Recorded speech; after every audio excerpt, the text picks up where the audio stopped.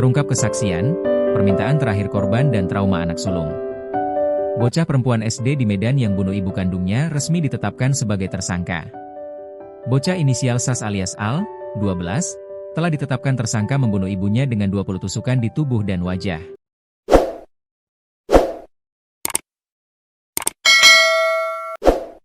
Kasus ini sempat menuai perhatian netizen. Netizen curiga bahwa pelaku utama bukan bocah tersebut. Al ditetapkan tersangka pembunuhan ibu kandungnya, Faiza Soraya, 42. Sedikit mengingatkan peristiwa ini terjadi di Jalan Dwi Kora, Kelurahan Tanjung Rejo, Kecamatan Medan Sunggal, pada Rabu, 10 Desember 2025, kemarin.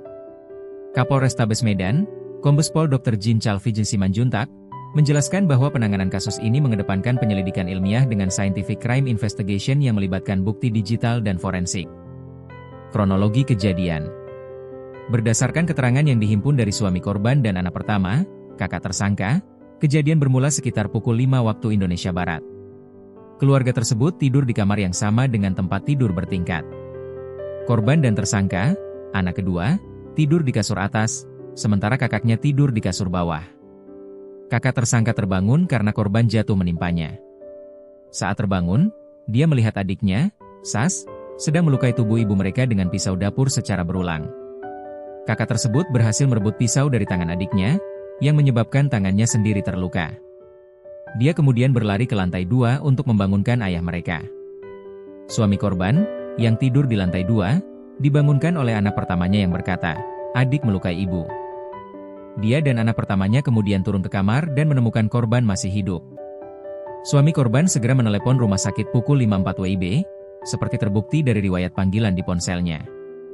Setelah menelepon, suami korban sempat menanyai anak bungsunya, tersangka, di ruang tamu tentang apa yang terjadi. Dia dan anak pertamanya kemudian menyenderkan korban ke lemari dan mengangkatnya ke tempat tidur, serta memberinya air minum. Keterangan ayah dan anak pertama ini dinyatakan sinkron oleh polisi. Korban ditemukan meninggal.